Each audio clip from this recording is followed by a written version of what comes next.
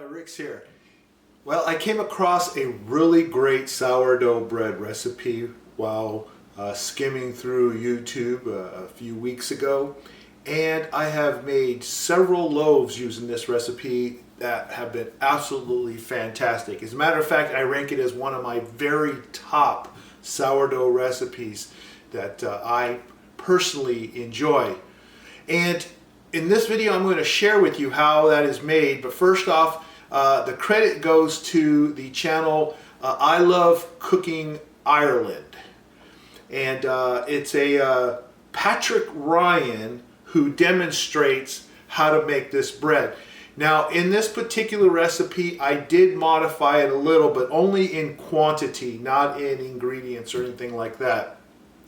I found that it made, for me personally, too big of a single loaf and too small of a double loaf. So if you want the exact recipe as Patrick Ryan has laid out, go visit his channel. The link will be down in the description below. As always, I like to give credit where credit is due. So in this video, we're going to start step by step on this very easy recipe. So what we do first thing, and preferably in the morning so that you can have this all done by the evening, is we need to feed the starter. Now, I fed this starter last night, and I left it out here on the counter, and I put a rubber band right where the level was for the starter. It has since gone all the way up and collapsed back down again. So this starter needs to be fed again. And I like to feed it on the very day that I'm going to start making the bread anyway. So it works out perfect. Another feeding is going to make this thing very, very strong. So it's very simple how we're going to do this. Now, I could feed the starter in the same jar. That's fine. I do have a lot of starter in here already, so I'm going to be starting with a smaller amount. So I picked up another mason jar here. That's what I happen to use. And you're going to want a digital scale for this. We'll turn that on.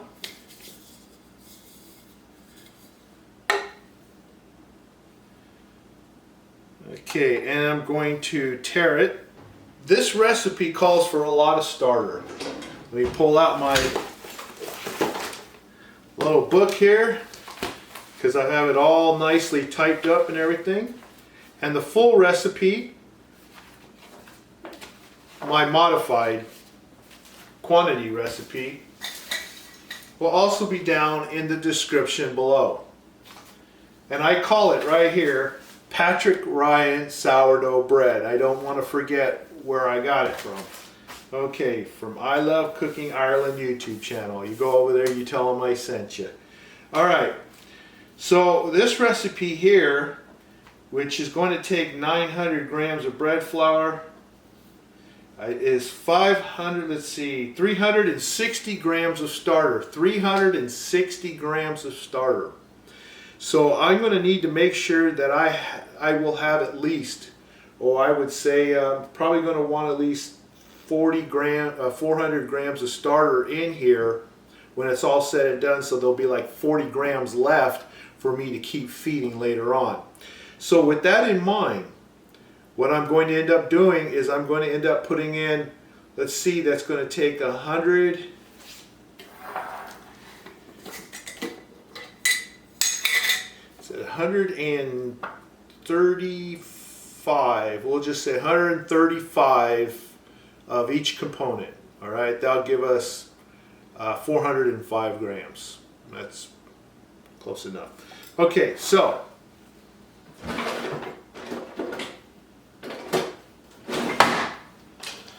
let's put in 135 grams of my starter here into the jar. It's not going to take much to get there. It might seem like a lot, and it's not. Alright, 133, 134, 135. Well, don't always get it on the nose like that. Alright, so you can use this to make more. You can use this to make pancakes, whatever you want. I'm going to just put it off to the side here. This is the one I want to work with. Okay, I'm going to zero this out. Now, I'm going to put equal parts flour and equal parts water. Use my funnel, make things as clean as possible here for me. And in this case here, I'm just going to use all-purpose flour. Even though my recipe that I'm going to be making is all bread flour, that's what I'm going to use. AP flour is just fine for the starter. That makes up just a small quantity. So, go ahead and get 135 grams of that put in. And we're going for, again, 135. We read 135 grams, but when you're dealing with liquid, you're really talking milliliters. Milliliters and grams are the same thing when it comes to water. So 135 grams. You got 135 of the original starter, you got 135 of the flour, and you got 135 of the water. Equal proportions all the way across. I'm going to take the back end of a spoon. I'm going to mix that up. Take a rubber band. Put it on the jar. And just mark the level. When this thing has at least doubled, at least gone up to here, double what you see here, we're ready to start using it in our recipe. Okay, so that is step number 1.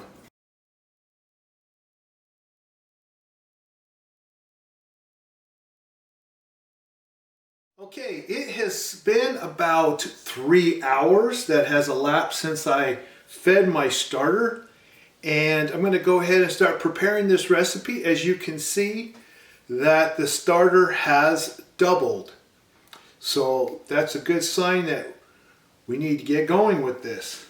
Alright, so pulling out my digital scale, nice big bowl. I happen to like these stainless steel ones, but you can use any bowl that you're comfortable mixing your flour in. And we're going to put that on there, zero it out, and we're going to go with 900 grams of bread flour. Good old strong bread flour. Okay, so I'm going to use this gold medal. Works for me.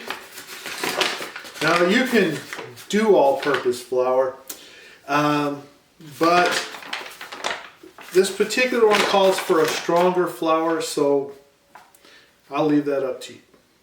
Alright, so 900 grams of flour. That takes care of that package.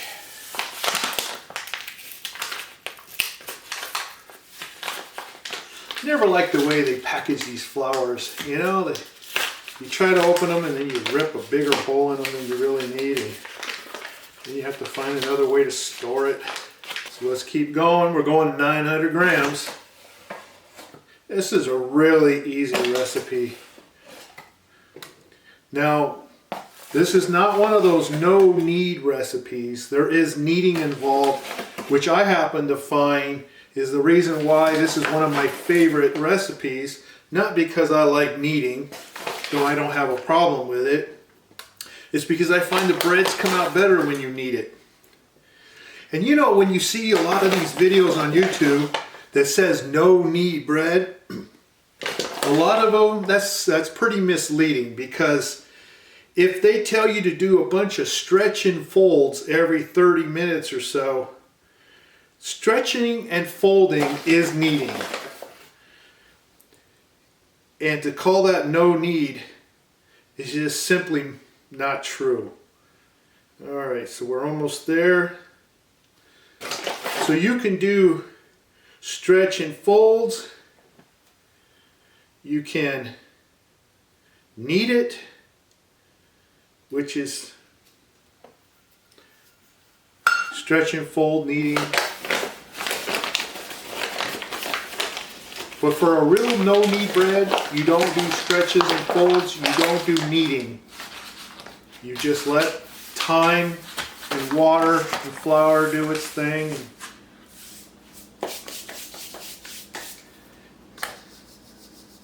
And then the only kind of stretching and folding you're going to really do on a no knead is when you form your loaf for that final rise and bake it.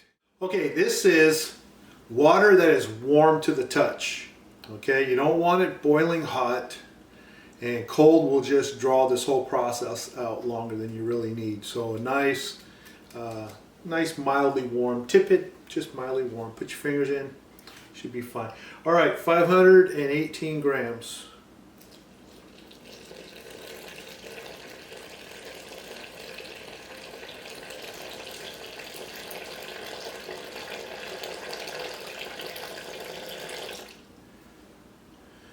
And 519, we're fine. Okay, so with that, I'm going to zero out. We're going to do 12 grams of salt.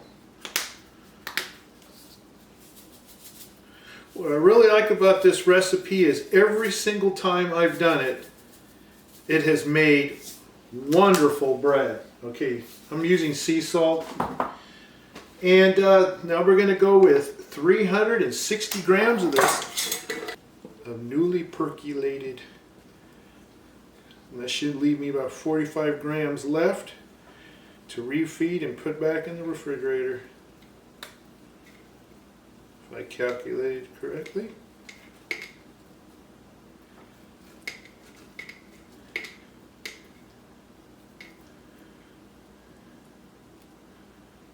And you can see I've pretty much used up everything that's in my jar. The mysterious 40 grams disappeared. It's all on the sides of this jar. And when I put 100 grams of flour in here and 100 grams of water, what's on the side of this jar is plenty to come back alive and give me another new supply of starter. So I'm going to put that off to the side and I'll refeed that in a moment. Now that I have all the ingredients in here and all measured correctly, it's time to mix and knead. We're just going to mix that in really well there. Scrape the sides. This is the best way to make sure that you got everything incorporated is by using your hand. I always like scraping down the sides, making sure I get every little bit incorporated, kneading inside of the bowl. Lots of pushing and squeezing, touching each other.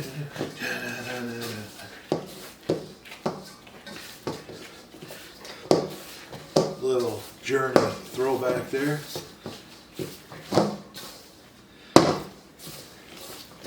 So what I'm doing is I'm kind of pulling on it, turning it, pulling on it, turning it.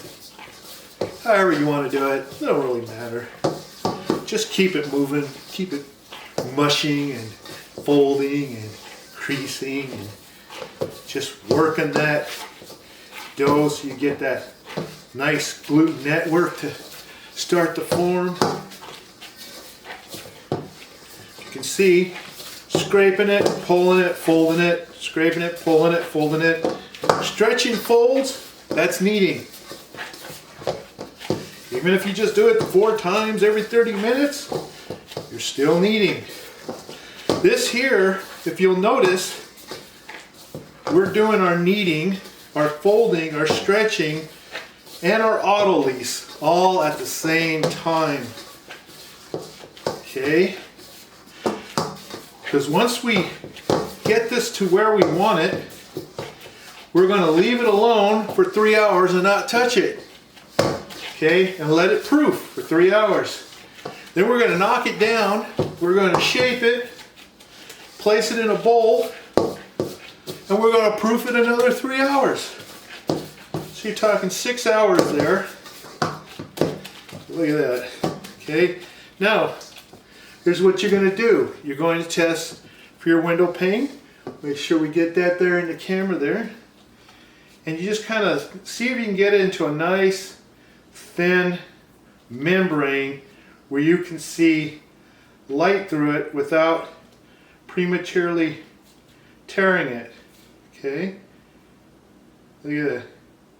Okay, now this one here, you can see it started tearing, so I'm going to work it a little bit more, but we're almost there. So we had that membering there for a short period of time, and then it started to split. So I'm going to give it a little more, but we're almost there. I like to scrape. Now here's what I'm doing, in case you're interested in the way I'm doing it. There's really no right or wrong way. But I'm taking my hand, okay, and I'm going underneath the dough like this, picking it up, pulling it, and pushing it back down like this, and then going 45 degrees. It's like a stretch and fold, but in a kind of kneading method, because as I pull it down, I push it in. That's the real kneading part right there. And it's easy.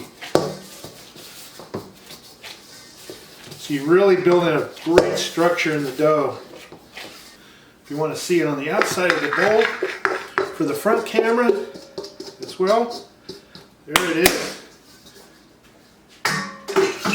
Okay. Look how smooth that is. Look at that. Okay. You know you're getting there. You can see my finger moving in the background there. I can see it moving the shadows. All right. So that's pretty good. We got a membering there. All right. Now the next thing we're going to do is we're going to proof this for 3 hours. You know, we're kind of moving into cold temperatures here. My house is like 65 degrees right now, which is kind of cold for making dough. Camera turned off, so I had to turn it back on again. All right, so anyway, so this dough has passed my window pane test. It's nice and smooth, and I just like doing this. No, it's weird. Well, maybe not. But I got one of these. I just sprayed it with my oil. Okay, and I like this because it has these little measurements and liters and quarts and all that. I'm going to put my nice finely kneaded dough down in there, level it off as much as I can so I can mark its height. All right, and I'm just going to rough it right now, because what will happen is this dough, it will relax in this container, and so I'll have to come back like in 30 minutes and readjust this rubber band to the actual level, and then I want to see this dough at least double. We'll come back when this dough has done its doubling or tripling, depending on when 3 hours comes around. If it's doubled, good, we'll go with it.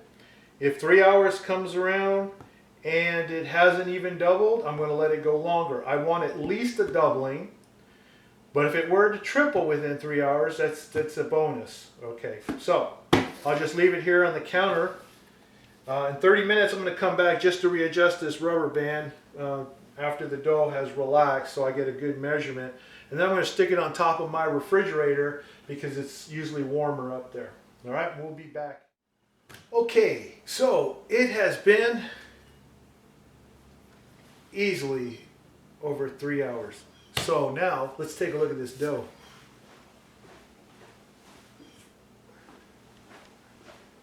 All right, we'll move it up to this camera right here.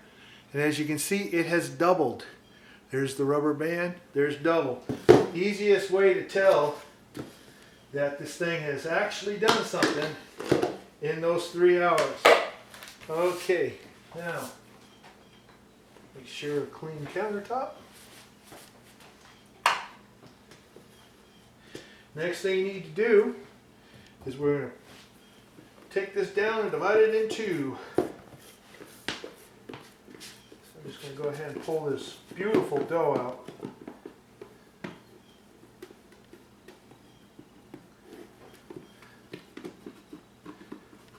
Alright. There we go. Alright, I need to split this puppy in two equal. So I would say right there seems about right.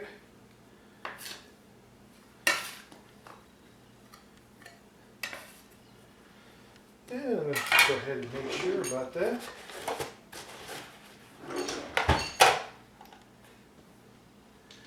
Use my lid here.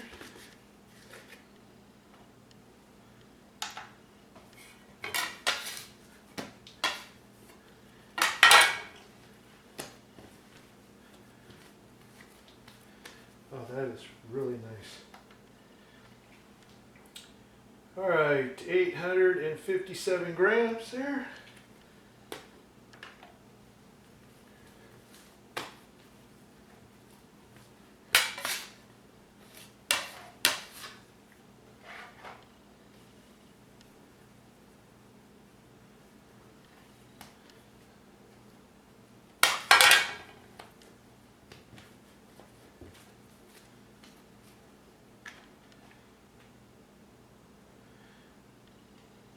$921, so we'll take about 20 grams off that.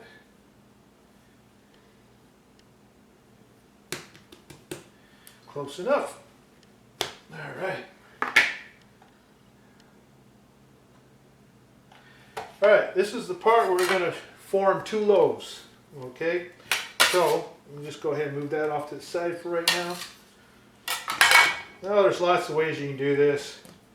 One is you can just make a nice long rectangle out of it like so, you know. Nice to have a scraper. And I'm going to fold that,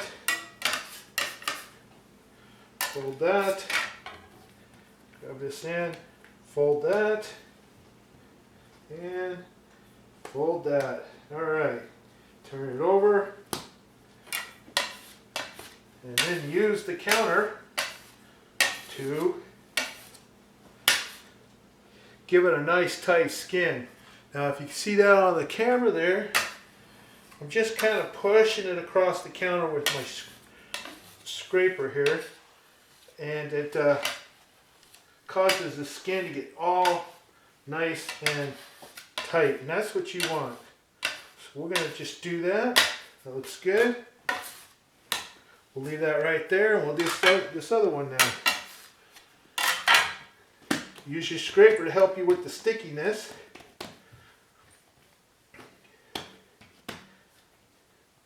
All right. You don't have to fuss too much with it. Just going to make a bowl out of this puppy. Okay? And just fold it over. Fold it over. There we go.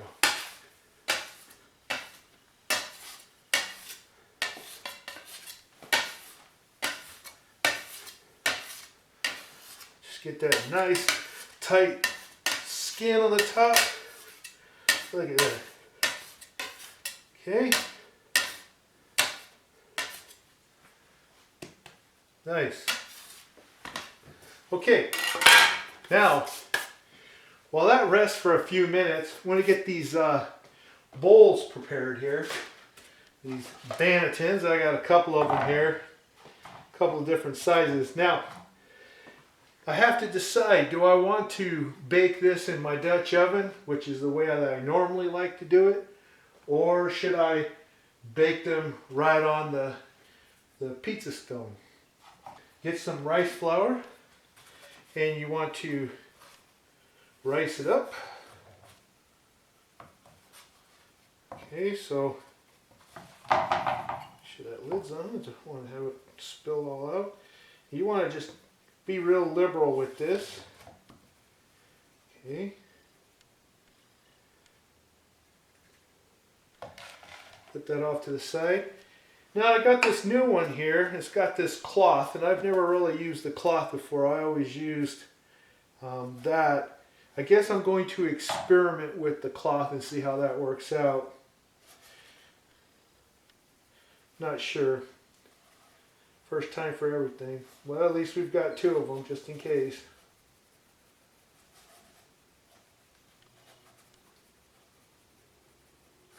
Without the cloth, I'll get those lines on there, which is really cool. Just be real liberal, you see. Just really liberal with this. All right? Good deal. Okay. Now let's get this first one here. And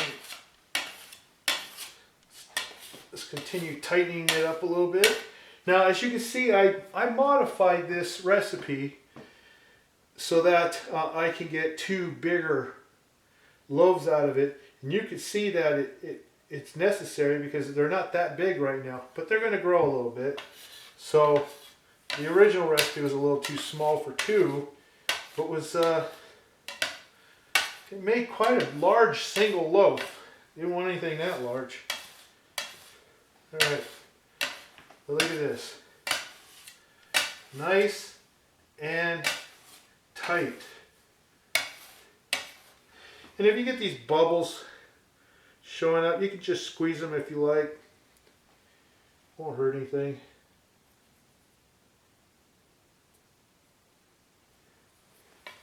But you know that your dough is alive when it's doing that. All right, now I'm going to sprinkle some rice flour on the top of that, just to make sure it doesn't stick in there. Okay, and you're going to go seam side up. All right, seam side up. Got some more bubbles showing up here. All right, and then just make sure that put a little more of that flour around the side there so it doesn't stick. We'll cover that up in a second. All right, let's get this one going.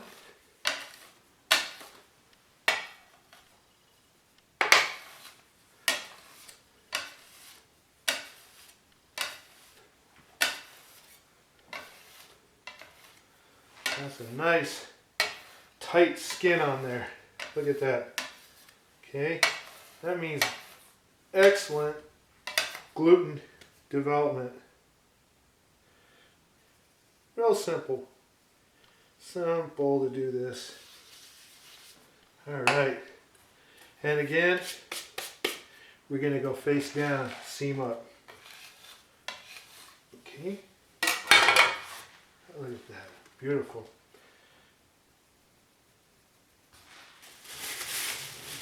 Little shower caps. Get another one.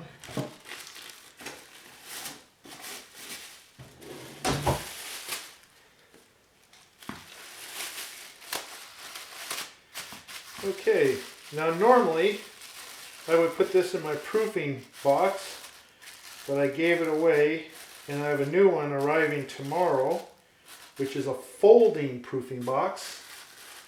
Been waiting for that so I could store it away. The other one was homemade and it was too big and taking up too much space, so I gave it away. All right, so there we go. Okay, both of these, we're just gonna leave them now to proof for another 3 hours. Okay, so it's going to give us about 6-7 hours of total proofing time. And at the end of 3 hours, when this thing is likely going to, now normally that's 3 hours, you're talking around room temperature 76 degrees. Well, it's 67 degrees in here. It's a lot cooler. So I might go 4 hours, which means I may be baking these around 9:30 tonight, maybe 10. I might push it a little bit more.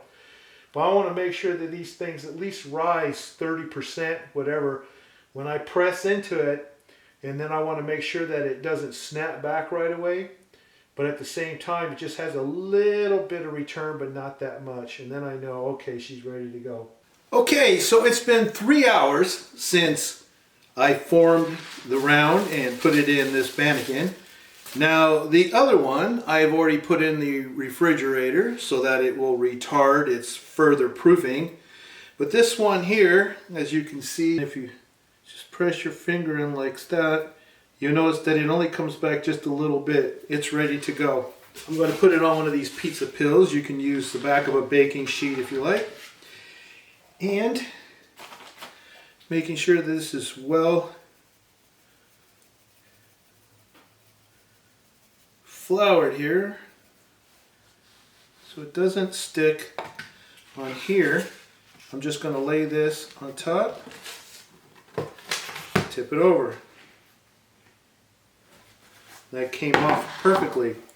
And I'm going to make sure I flour the front of this so that it will slide off without any problems whatsoever. Okay. Just a little bit of insurance.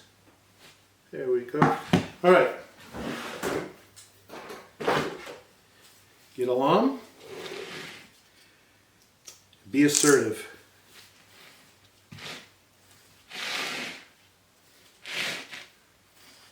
All right. Here we go. Okay. And I'm going to slide this right into the oven on the pizza stone. 500 degree oven.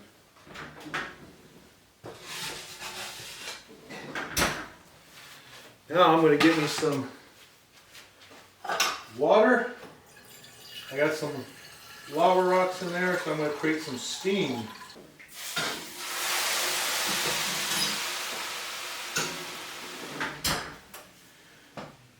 Set it for 30 minutes. Okay, we're about a few seconds from 30 minutes, and well, there we go. There's the timer.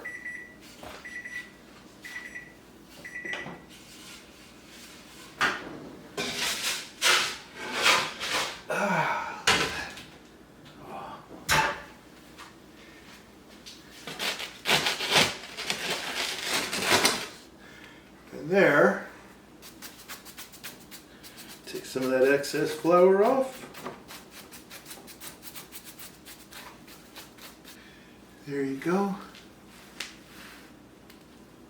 You hear it snap, crackly, pop.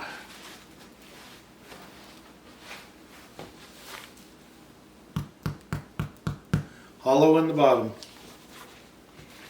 Okay, now you don't want to touch this bread for at least an hour minimum, but 2 hours or more is better, and that way it won't become gummy and the crumb won't fall apart. So you want to make sure this thing cools completely. Boy, listen to that talk. You hear that? All right. And then we'll come back in a couple of hours and we'll cut it open. All right, it's the next day. I decided to just leave the bread alone all night before cutting into it. So the longer the better. And now I'm going to go ahead and cut into it so you can take a look at the crumb. That's sliced nicely. Let's get another one.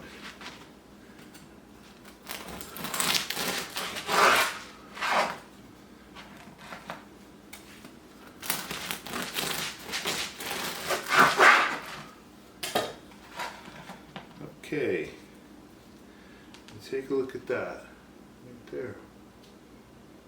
Okay.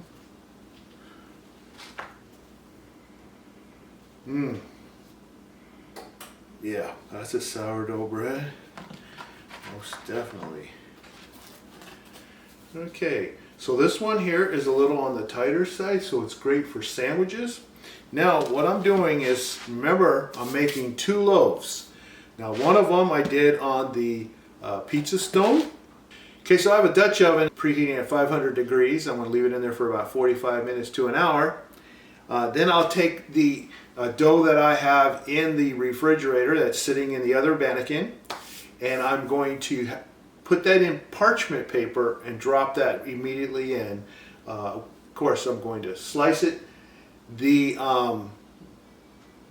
going straight from refrigerator into Dutch oven. I'm not going to let it thaw out or anything like that. It's unnecessary, and we'll see how that turns out. The Dutch oven has been heating up in the oven for about an hour, actually a little bit over an hour, so it should be nice and hot at 500 degrees. And I'm going to take it out in a moment, but right now I'm going to prepare the dough. I just took it out of the refrigerator a second ago. It has gotten a little bigger over the night, but not that much, which is good. I don't want it to get too crazy. That's why I put it in the refrigerator. let it sit there all night, develop more flavor. So this one should have a little more flavor than the one I just cooked last night and then sliced open this morning. So what I've done is I've got this board here and I've got some parchment paper. This is just going to help me to flip this over. I'm going to put this on top of the dough like so, real carefully, and I'm going to just flip it upside down like this onto the parchment paper, and it came right off. Perfect. Looks like I got some extra flour on there I don't really want, all piled up there like so. Nice thing about having this in the refrigerator is that it makes it easy to slice and it keeps its form better. Here we go. You just got to be assertive, you know. There we go. I'm going to do 3 slashes, all parallel. That one there kind of got a little flaky. All right, there we go. And we're going to lift it up by the paper and just lower it down into the Dutch oven.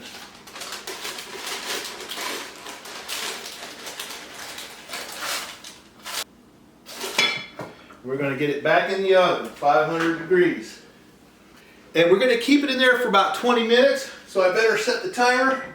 I'm going to set it for 19 because I've been yapping for a minute since I put it in there. Okay, and in 20 minutes, I'll take that lid off and then I'll let it stay in there for another 15 minutes, 20 minutes to really brown. As you can tell from that other loaf, I like that really dark. I doubt if it will get as dark in the Dutch oven as it did on the pizza stone, but I do like that. It just adds that that Maillard effect, you know, that sweetness to the crust. Anyway, be back in. I'll be back when it's done. So remember, I'm going to remove the cover at 19 minutes. I don't need to show that on camera, do I? All right, I'll see you later. Okay. Now I had removed the lid and I set it for another 20 minutes because it was still nice and blonde. And now the 20 minutes has gone off with it after it baked with the lid off. I'm going to pull it out now. There it is.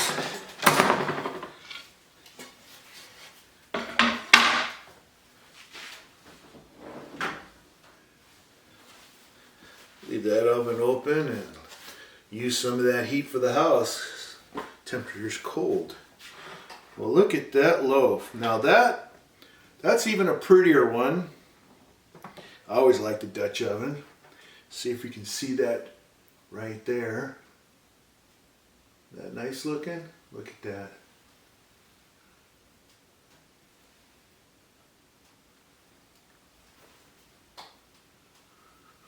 All right.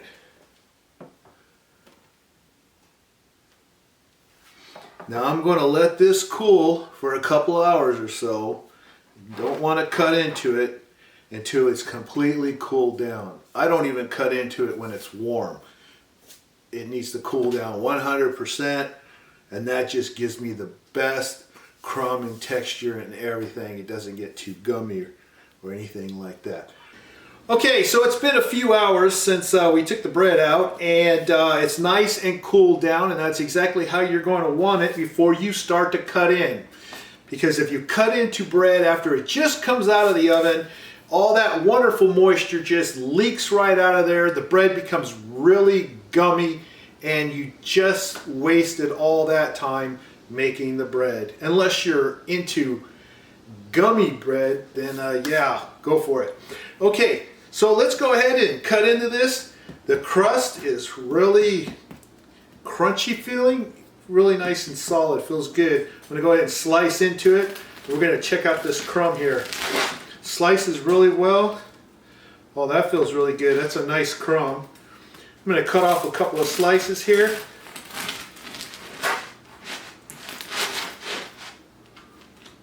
And one more. As a matter of fact, I'm ready for my lunch. So this will be really good to make a ham sandwich for this my lunch today. Let's see here. There you go. Look at that. Nice, soft, moist, not gummy. Beautiful bread. Sourdough bread. Oh, and the smell. Let me see. Ooh. I'm going to have to try some of this with butter. Absolutely.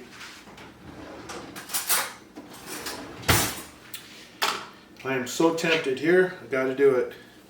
I love the ends. It's my favorite. All right, let's try this out.